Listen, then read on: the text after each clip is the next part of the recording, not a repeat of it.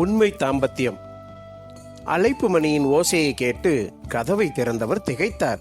வசந்த், வா வா, என்ன இது? வரேன்னு போனில் கூட சொல்லாமல். நந்தினி வரலையா? இல்லப்பா, புறப்பட்டு வரணும்னு தோணுச்சு. ஒரு வாரம் ஆபீஸுக்கு லீவு போட்டுட்டு கிளம்பி வந்துட்டேன். அவன் முகத்தில் தெரிந்த சோகம், கவலை, ஏதோ பிரச்சனை என்பது மட்டும் புரிய உள்ளே நுழைந்தவனை மௌனமாக பின்தொடர்ந்தார். அம்மா எங்கப்பா? டாக்டர்ஸ் கான்ஃபரன்ஸ்க்காக ஏற்காடு போயிருக்கா, நாளைக்கு வந்துடுவா. நீங்க ரிட்டையர் ஆயிட்டீங்க, அம்மா இன்னும் வேலை பார்த்துட்டு இருக்காங்க. உங்க அம்மாவுக்கு ரிட்டையர்மெண்ட்டே கிடையாது. அவ செய்யற தொழில் அப்படி, புனிதமான மருத்துவ தொழிலாச்சே. சரி, நீ என்ன குடிக்கிற? Coffee, tea? இருக்கட்டும்பா, ட்ரெயினை விட்டு இறங்கியதும் காஃபி ஷாப்பில் குடிச்சிட்டு தான் வந்தேன். உட்காருங்கப்பா, உங்ககிட்ட தனிமையில் மனசு விட்டு பேசணும்னு நான் பெங்களூரிலிருந்து வந்தேன். அம்மா வீட்டில் இல்லாததும் நல்லதா போச்சு. உருவத்தை சுருக்கி அவனை பார்த்தார். தெரியுதுப்பா, நீ ஏதோ பிரச்சனையில் இருக்கேன்னு உன் முகபாவமே சொல்லிடுச்சு. என்ன விஷயம்பா? உண்மையாக கேட்கும் அப்பாவை பார்த்தான். நான் பெரிய தப்பு பண்ணிட்டேன்னு தோணுதுப்பா.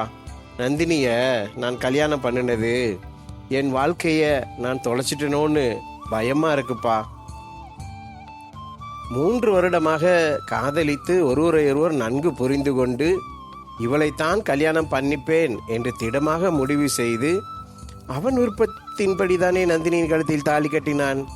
திருமணம் முடிந்து 1 வருடத்திற்குள் இதென்ன கசப்பான வார்த்தைகள்?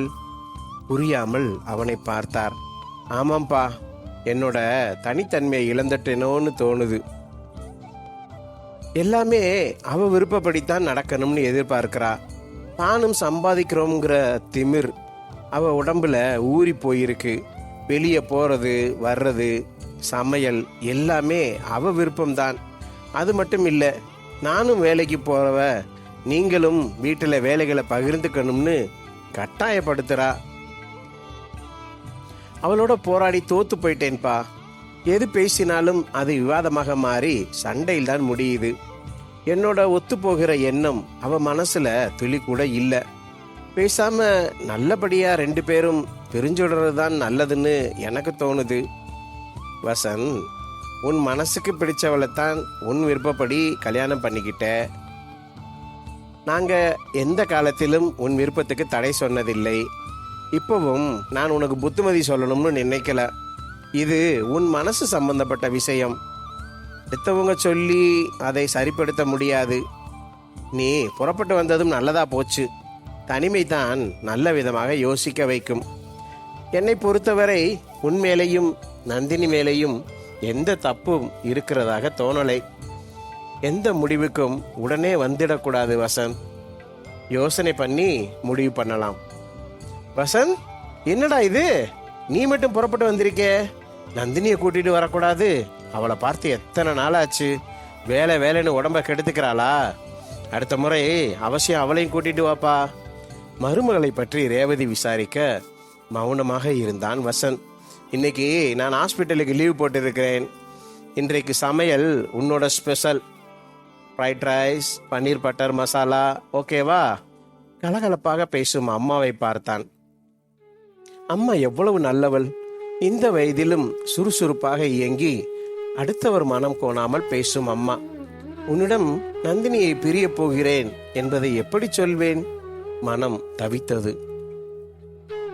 எங்கே வசந்த்? அப்பாவை 1/2 மணி நேரமா காணோம். அதற்குள் அங்கு வந்தவர் மனைவியை புன்னகையுடன் ஏறிட்டார். எங்க போனீங்க? இன்னைக்கு நம்ம சமையல் மெனு என்ன தெரியுமா? ஃப்ரைட் ரைஸ் செய்ய போறேன். அம்மாவும் பிள்ளையும் பேசிக்கிட்டு இருக்கட்டுமேன்னு நான் தான் ஃப்ரிட்ஜில் இருந்து காய்கறிகளை எடுத்து வெட்டி வச்சுட்டு வந்தேன். உங்களை பத்தி எனக்கு தெரியாதா? நானே உங்ககிட்ட இந்த உதவி கேட்கணும்னு நினைச்சேன். என் மனதில் இருப்பதை புரிஞ்ச மாதிரி உடனே செய்துட்டீங்க.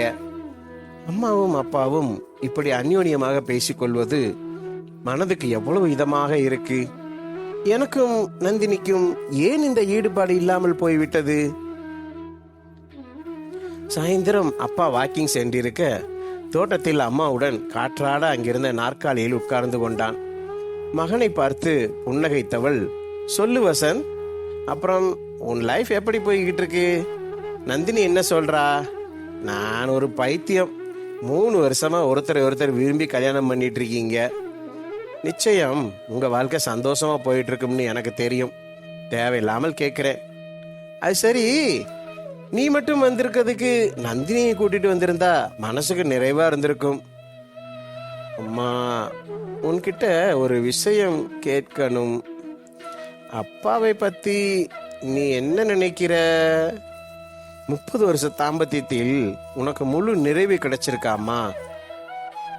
மகனை விழிகளாக பார்த்த ரேவதி, அப்பாவை பத்தி தெரிஞ்சும் இப்படி ஒரு கேள்வி எப்படி உன் மனதில் வந்தது?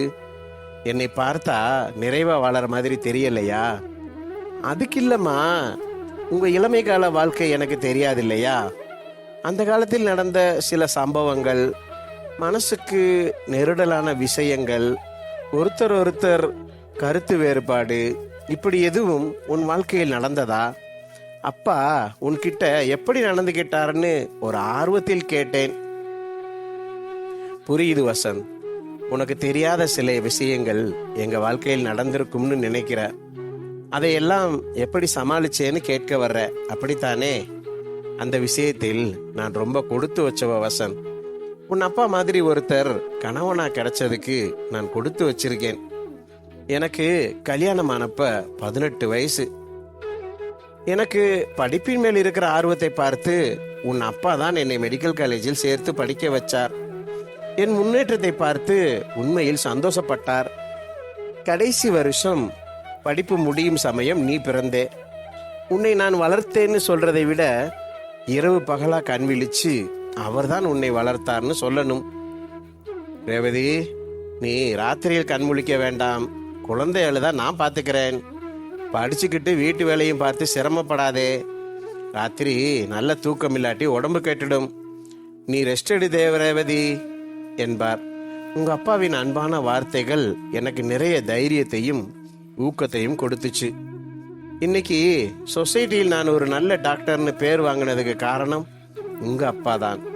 கணவன் மனைவிங்கிறது வெறும் 3 முடிச்சுல ஏற்படுற பந்தம் மட்டும் இல்லப்பா. அதையும் தாண்டி உள்ளுணர்வோடு ஒருத்தர் மனசார ஏத்துக்கணும். அவரவர் நிறை குறைகளோடு வாழறதுதான் உண்மையான தாம்பத்தியம். நீ 4 வயது சிறுவனாக இருந்தபோது ஆபீஸில் நடந்த கையாடலில் வேண்டாதவங்க உங்க அப்பாவையும் இழுத்து விட 1 வருஷம் வேலை இழந்து அவர் வீட்டில் இருந்தப்ப என் சேலை துணிமணி கூட துவைச்சு போட்டிருக்காரு தெரியுமா? இங்க பாரு ரேவதி, இந்த கேஸ்ல என் மேல எந்த தப்பு இல்லைன்னு நிரூபணம் ஆயிட்டா திரும்ப நான் வேலைக்கு போகத்தான் போறேன். அது வரைக்கும் உனக்கு உதவியாக இருப்பதில் எனக்கு சந்தோஷம்தான் என்பார். இன்னைக்கு வரைக்கும் உங்க அப்பாவோடு சந்தோஷமாகத்தான் வாழ்ந்துட்டு இருக்கேன். மனைவிங்கிறவ தனக்கு இசைவா தான் நடக்கணும், தனக்கு அடங்கி நடந்து தன்னோட எண்ணங்களை தான் பிரதிபலிக்கணும்னு நினைக்கிறவங்க மத்தியில் என்னோட திறமைகளை ஊக்குவிச்சார். தான் ஒரு சாதாரண வேலையில் இருந்தாலும் என்னை உயர்வான இடத்தில் வச்சு பார்த்து பெருமைப்படுறாரே, அந்த நல்ல மனசுக்கு நான் காலம் முழுவதும் சேவை செய்ய கடமைப்பட்டிருக்கேன்பா. குரல் நெகிழ பேசும் அம்மாவை பார்த்தான். வசந்த், இங்கே வா. போனில் நந்தினி இருக்கா. 2 நாளா உடம்பு சரியில்லையாம். ஆபீஸுக்கு போகாம வீட்டில் தான் இருக்காளாம். நான் தான் தனியா இருக்காளேன்னு போன் பண்ணி பேசினேன். நீயும் 2 வார்த்தை பேசிடு. ரேவதி அழைக்க போனை வாங்கி, என்ன உடம்பு சரியில்லையா என்றான். ஆமாம், காய்ச்சல் அதிகமா இருக்கு. மாத்திரை போட்டுட்டு வீட்டில் இருக்கேன். நீங்க தான் நான் எப்படி போனா என்னன்னு விட்டுட்டு போயிட்டீங்க. நீங்க பக்கத்தில் இருந்தா அதுவே எனக்கு பெரிய பலம்னு உங்களை பிரிஞ்சு இருக்கிற இந்த சமயத்தில் தான் தோணுது. நானும் வார்த்தைகளால உங்களை நிறைய காயப்படுத்தி இருக்கேன். உங்ககிட்ட நான் அன்பை காட்டுறதை விட ஆத்திரத்தை அதிகம் காட்டினதால தான் உங்க மனசுல இருந்து விலகிட்டு வர்றேன்னு இந்த தனிமை எனக்கு புரிய வச்சிடுச்சுங்க. நீங்க நீங்க எப்ப வர்றீங்க? குரல் தழுதலுக்க நந்தினி பேச உள்ளுக்குள் உடைந்து போனான் வசந்த். நானும் ஈகோ பார்த்து நந்தினி விஷயத்தில் கடுமையாகத்தான் நடந்திருக்கிறேன். அம்மா சொன்னது போல் அவரவர் நிறை குறைகளோடு மனசார ஏத்துக்கிறது தான் உண்மையான தாம்பத்தியம்.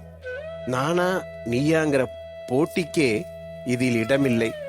இப்படி ஒரு அம்மா அப்பாவுக்கு மகனாக பிறந்த நானா இப்படி நடந்து கொள்ளுகிறேன்?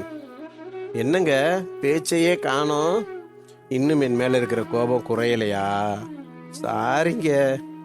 அதெல்லாம் இல்லை நந்தினி, இன்னைக்கு ஈவினிங்கே ஃப்ளைட் பிடிச்சு ராத்திரிக்குள் அங்க வந்துடுறேன். Take care.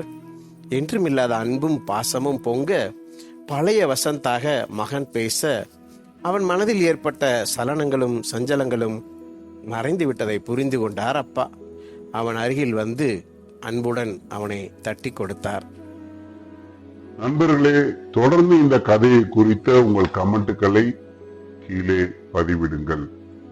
தொடர்ந்து இது போன்ற கதைகளையும் கேட்பதற்கு நம் தமிழ் நம்பர் 1 ஸ்டோரிஸ் சேனலை சப்ஸ்கிரைப் செய்ய மறக்காதீர்கள் நண்பர்களே. வணக்கம்.